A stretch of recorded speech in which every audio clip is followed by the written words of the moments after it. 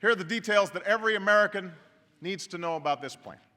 First, if you are among the hundreds of millions of Americans who already have health insurance, nothing in this plan will require you or your employer to change the coverage of the doctor you have.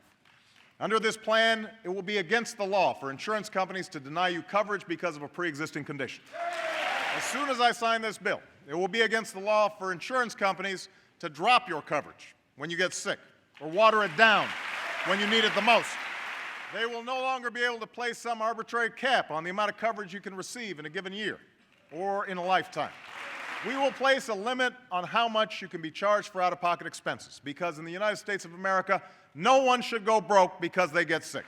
And insurance companies will be required to cover, with no extra charge, routine checkups and preventive care, like mammograms and colonoscopies, because there's no reason we shouldn't be catching diseases like breast cancer and colon cancer before they get worse. If you lose your job or you change your job, you'll be able to get coverage. If you strike out on your own and start a small business, you'll be able to get coverage. We'll do this by creating a new insurance exchange, a marketplace where individuals and small businesses will be able to shop for health insurance at competitive prices.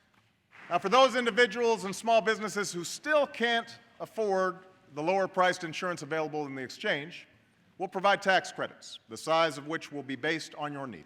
For those Americans who can't get insurance today because they have pre-existing medical conditions, we will immediately offer low-cost coverage that will protect you against financial ruin if you become seriously ill.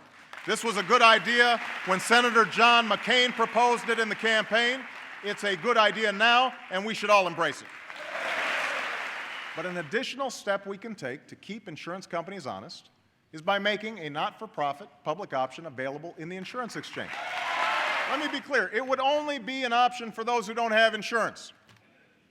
No one would be forced to choose it. It would also keep pressure on private insurers to keep their policies affordable and treat their customers better. I will not sign a plan that adds one dime to our deficits, either now or in the future. We've estimated that most of this plan can be paid for by finding savings within the existing healthcare system, a system that is currently full of waste and abuse.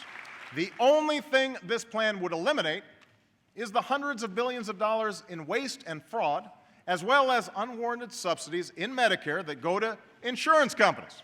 And we will also create an independent commission of doctors and medical experts charged with identifying more waste in the years ahead. These steps will ensure that you, America's seniors, get the benefits you've been promised.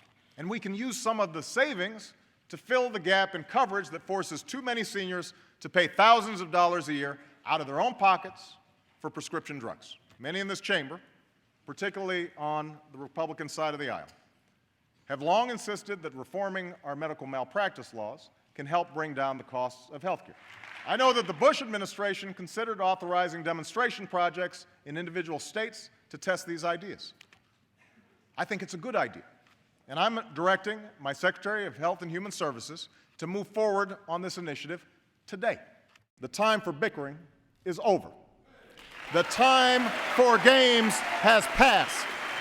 Now is the season for action. Now is when we must bring the best ideas of both parties together and show the American people that we can still do what we were sent here to do. Now is the time to deliver on health care.